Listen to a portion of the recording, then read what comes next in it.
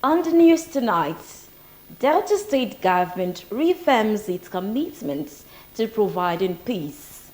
State government emphasizes importance of fair and objective reportage. Nigerian police force trains to 325 officers in handling explosives and nuclear threats. Abroad, Afghanistan and Pakistan governments' peace talk collapse. Good evening and welcome to the Delta Television Main News. I am Mora Isopa. You can also follow our news online on Facebook at Delta Broadcasting Service Asaba and on YouTube at Delta Broadcasting Service Asaba or visit our website. The Commissioner for Works, Rural Roads and Public Information, Mr. Charles Anyagu, has said that Governor Sharifa Borewuri was committed to promoting peace and stability in the state through the equitable distribution of development projects. Mr. Nyagu stated this during an interview on a national television, where he highlighted the administration's ambitious infrastructure drive covering the 25 local government areas of the state. He explained that the initiative included the construction of road networks, bridges, and rural connectivity projects aimed at improving access and fostering development in remote communities. According to him, each local government area initially received 1 billion naira for rural road development in the 2024 budget, which was increased to 2.1 billion naira in the 2025 proposal, with plans to raise it further to 5 billion naira in 2026.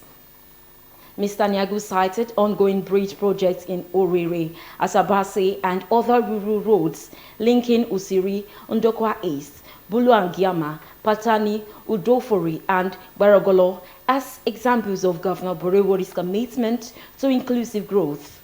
He also disclosed that the administration introduced a whistleblower policy to strengthen accountability in project implementation, adding that the governor personally monitored reports from citizens who could submit evidence of poorly executed projects through a dedicated channel. The commissioner noted that Governor Borewori recently approved the release of 8.4 billion naira to the State Oil Producing Areas Development Commission, the SOPADEC, to clear contractor debts dating back to 2010. The Director General of the State Bureau for Orientation and Communications, Dr. Fred Ogenesiwe, has dismissed allegations that Governor Sharifa Borewori was imposed on the Urhobo Nation as the People's Democratic Party's governorship candidate in 2023. Speaking in Asaba, Dr. Ogenesiwe said Governor Borewori's emergence followed a transparent and credible process, beginning with his clearance by the Delta Central 2023 Governorship Aspirant Screening Committee, DC-23, chaired by Senator Igoyota Amori. He explained that the DC-23 committee screened all aspirants from Delta Central Senatorial Districts under the People's Democratic Party, in line with the power rotation arrangement which zoned the governorship to the district. Dr. Ogenesiwe noted that after a rigorous screening process, 3 top aspirants, the Right Honorable Sharifa Borewori, Chief Kenneth Gbagi, and Mr. David Edewie, were recommended to the then Governor Senator Ifeanyi Okowa, who insisted that all aspirants proceed to the party primary to test their popularity. He emphasized that the PDP governorship primary held under live national television coverage was free, fair, and credible, resulting in the emergence of Governor Sharifa Borewori as the party's candidate. The bureau chief further recalled that Governor Borewori went on to win the governorship election in 21 out of 25 local government areas across the state. Dr. Ogenesiwe described the recent allegation by a PDP chieftain, Dr. Abel Dafiogo, as baseless and misleading, urging the public to disregard it and focus on the governor's ongoing developmental strides. He reiterated that Governor Borewori remained the authentic choice of the Urhobo nation and the people of the state, having earned his mandate through due process and popular support.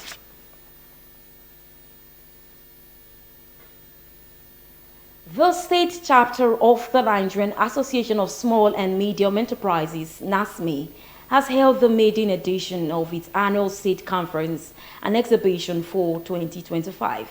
The report. In her welcome address, the state chairman of NASME, Lady Judith Nwachukwu, described the theme as timely, noting that technological advancement and artificial intelligence will redefine the global business landscape. She reaffirmed NASME's commitment to equipping entrepreneurs in the micro, small, and medium enterprises sector with the digital skills needed to remain competitive in today's digital economy. Lady Nwachukwu appreciated the state government and corporate partners for their continued support, while appealing to Governor Sheriff Oborevwori for additional assistance to enable the association extend its activities across the 25 local government areas of the state. To continue in this path of progress in ensuring our mandate is being achieved, no doubt there were and are still challenges that include we do not have a furnished office, secretariat, lack of project vehicles to ease movement, low funding. We are raising our funds ourselves for the association and for the cooperative society. So, in order to be beneficiaries and not casualties of the modern technology, of this modern technological trend, we are hoping that discussions from this conference will provide answers that will keep us afloat and make us champions in our various areas. In a goodwill message, the chief advisor to the governor, Chief Igoyota Amori, commended NASME for the initiative, describing it as consistent with the governor's more agenda. Chief Amori said Delta State was positioning itself as a technology-driven economy where creativity meets opportunity, urging participants to embrace digital tools to grow their businesses and compete globally. Technology, when properly harnessed, gives the small businesses the wings to fly beyond limitation. It helps our young entrepreneurs compete globally. It tells our local stories to the world and provides data-driven insights and make business decisions smarter and more sustainable. The 2025 NASME Delta State Conference and Exhibition marked a major step toward promoting innovation, digital inclusion, and sustainable business growth among entrepreneurs in the state.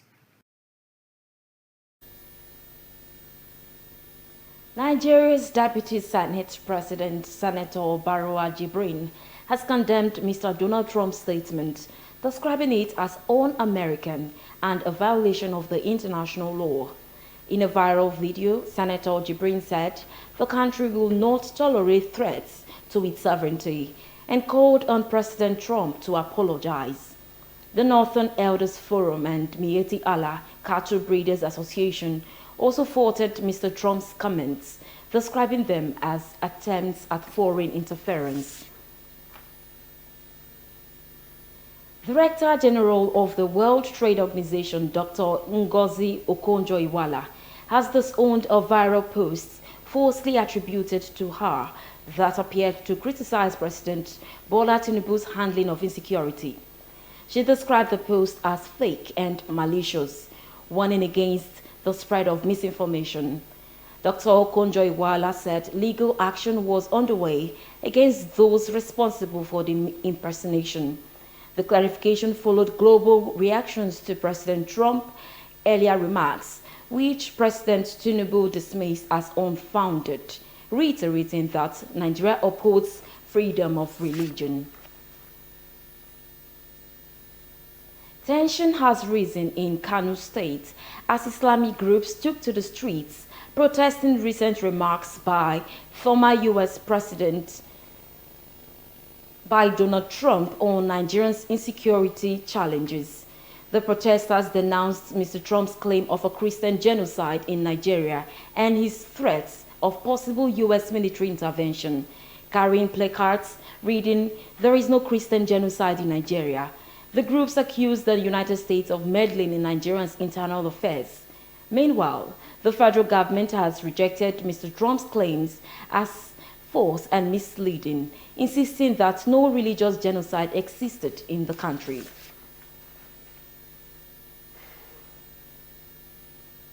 The Catholic Bishop of Sokoto Diocese, Most Reverend Matthew Kuka, has called for deeper institutional reforms to strengthen Nigerians' democracy, saying credible elections alone could not guarantee good governance or national unity. Bishop Kuka made the call at the public presentation of 3 new books authored by Dr. Ruben Abati at the Nigerian Institute of International Affairs in Lagos. He lamented that Nigeria's political system has been weakened by incessant defections across parties, describing it as a symptom of institutional decay. Citing Ghana's laws, which automatically unseat defecting lawmakers, the bishop urged Nigeria to adopt stronger legislative safeguards.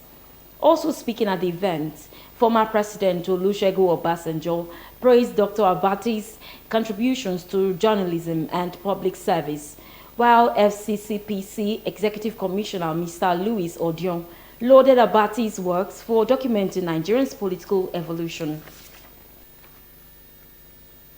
The Nigerian Police Force has trained 325 officers in handling explosives and responding to chemical, biological, radiological, and nuclear threats. The 4-week program held in Nasarawa Egon aimed to boost counter-terrorism capacity across commands. Commissioner of Police Hawa Ibrahim said the initiative aligns with Inspector General of Police Mr. Egbetokun Kayode reforms drive. Constable Ahmed Ruth from Kwara State emerged as the overall best trainee, pledging to apply the knowledge in service to national security. You're still on to the Delta Television main news. Still to come, Afghanistan and Pakistan governments' peace talk collapse.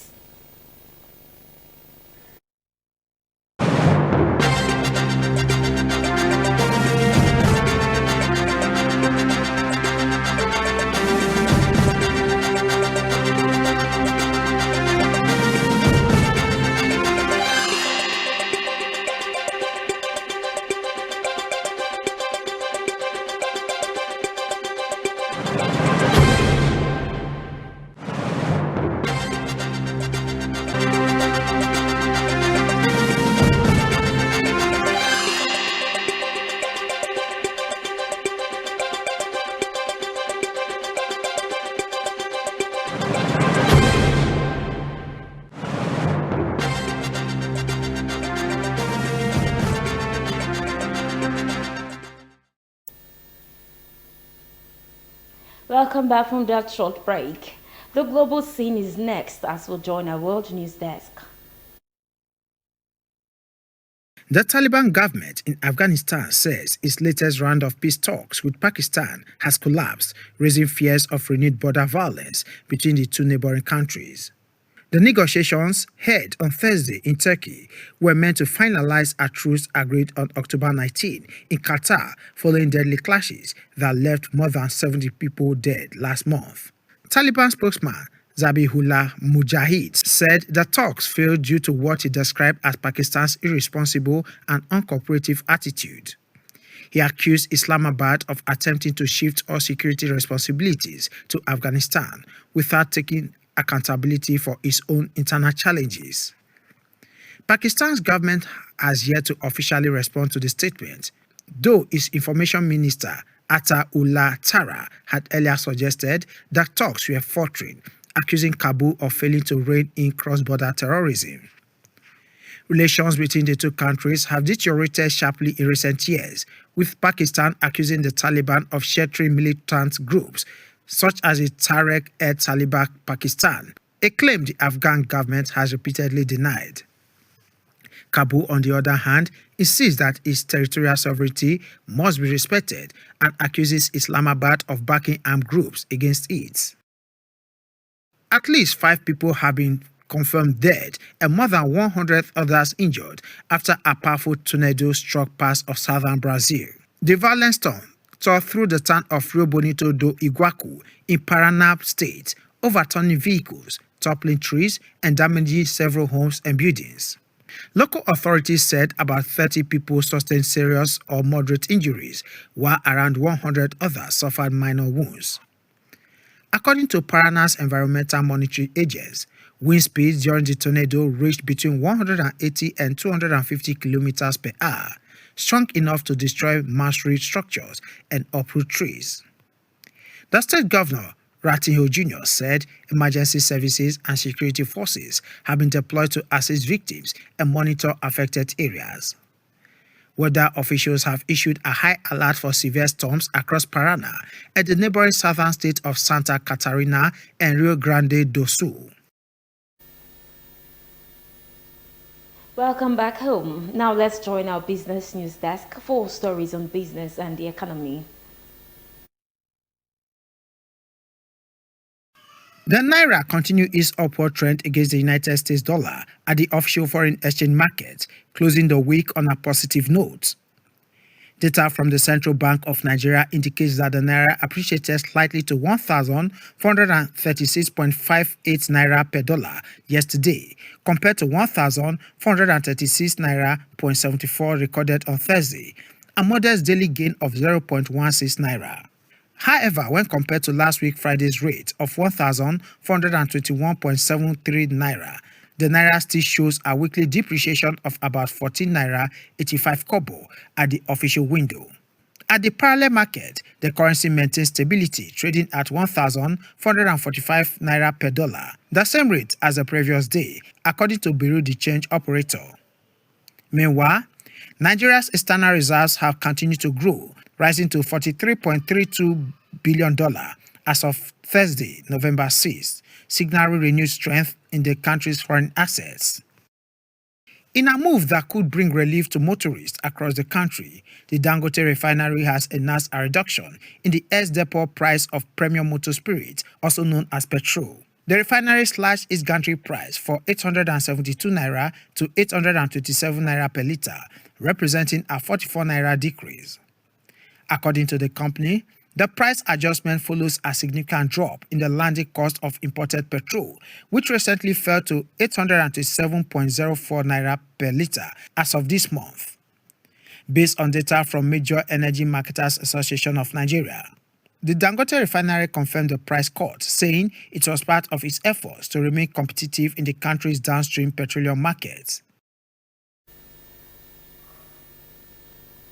The remains of Lady Ezinne Grace Ngozi Okokenye have been laid to rest in her hometown, Ogbonhu Quarters, Owoibo, in the North-East local government area of the state. Henry Unogwa reports.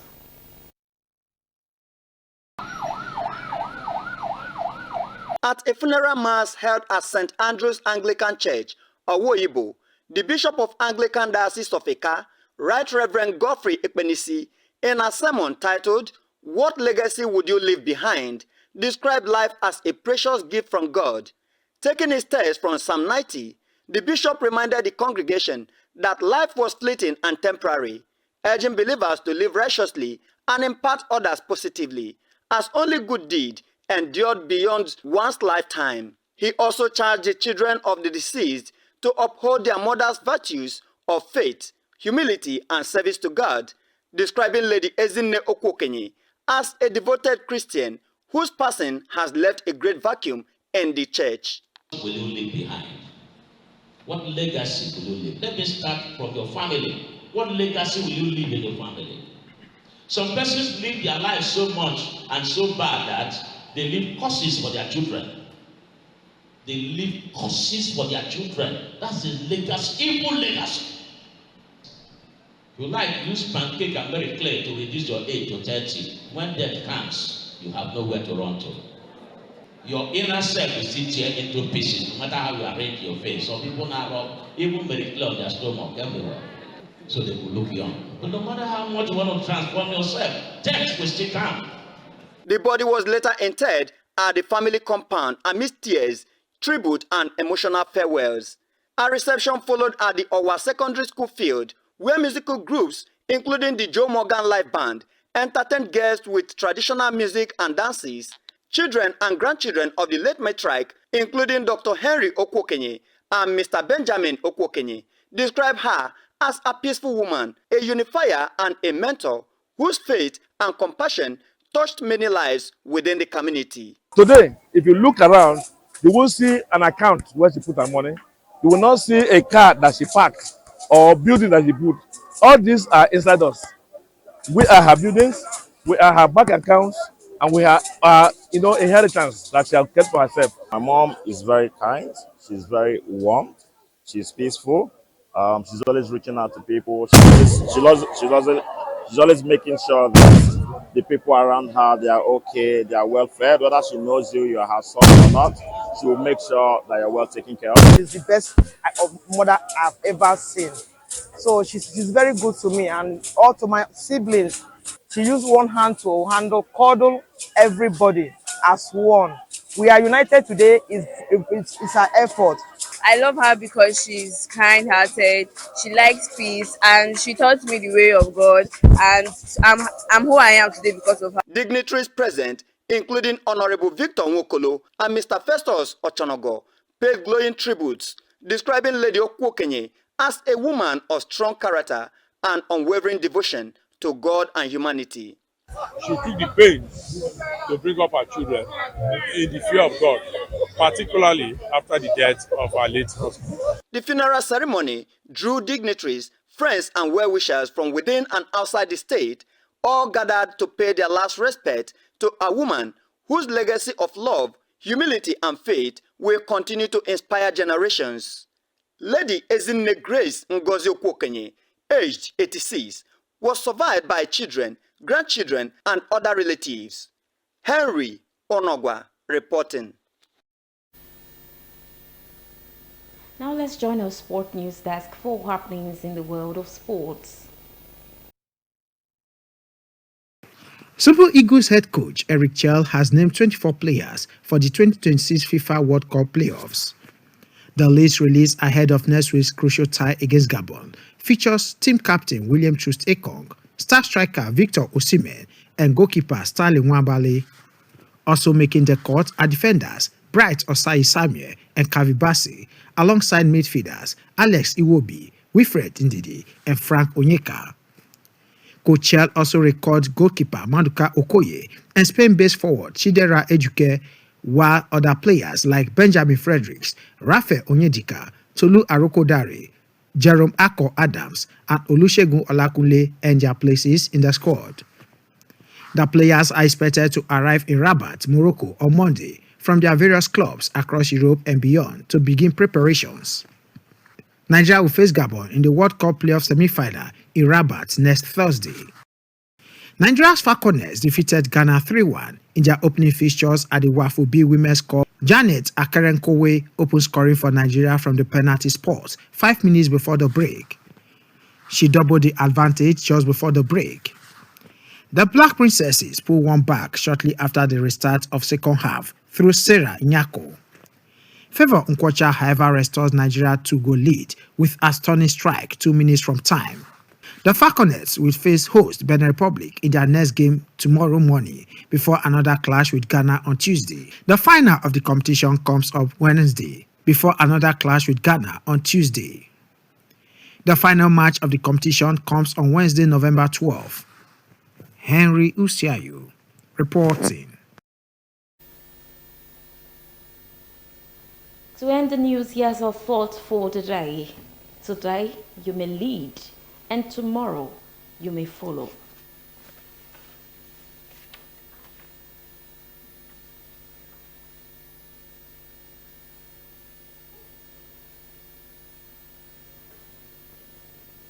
Now for a rundown of the major stories in our bulletin this evening. The Commissioner for Works, Rural Roads and Public Information, Mr. Charles Anyago, has said that Governor Sheriff Oborevwori was committed to promoting peace and stability in the state through the equitable distribution of development projects. Mr. Anyago stated this during an interview on a national television where he highlighted the administration's ambitious infrastructure drive covering the 25 local government areas of the state. The Director General of the State Bureau for Orientation and Communications, Dr. Fred Ogenesiwe, has dismissed allegations that Governor Sharifu Burewuri was imposed on the Urhobo Nation as the People's Democratic Party's governorship candidate in 2023. Speaking in Asaba, Dr. Ogenesiwe said Governor Sharifu Burewuri's emergence followed a transparent and credible process, beginning with his clearance by the Delta Central 2023 Governorship Aspirant Screening Committee, DC-23, chaired by Senator Igoyota Amori. And we also reported that the Nigerian Police Force has trained 325 officers in handling explosives and responding to chemical, biological, radiological, and nuclear threats. The 4-week program held in Nasarawa Ego aimed to boost counter-terrorism capacity across commands. And abroad, the Taliban government in Afghanistan says its latest round of peace talks with Pakistan has collapsed, raising fears of renewed border violence between the two neighboring countries. You can also follow our news online on Facebook and YouTube at Delta Broadcasting Service Asaba, or visit our website at www.dbsasaba.com. And that wraps our news tonight. Many thanks for watching. I am Mora Isupa. On behalf of the production crew, we are saying to you, do have a blessed weekend and good night.